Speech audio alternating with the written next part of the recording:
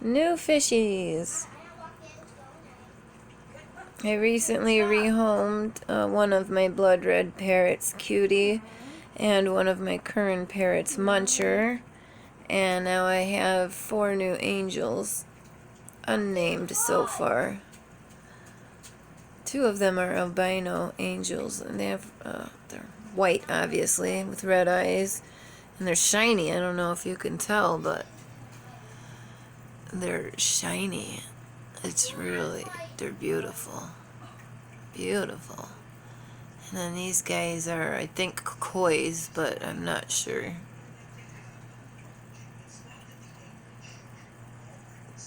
Panda's being a good boy and not messing with them.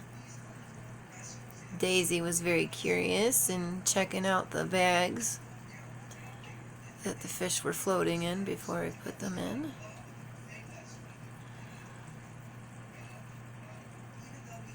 I hope everything stays copacetic like this.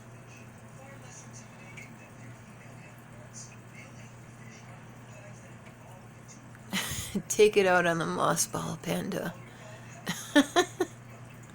Oh boy, he doesn't seem happy.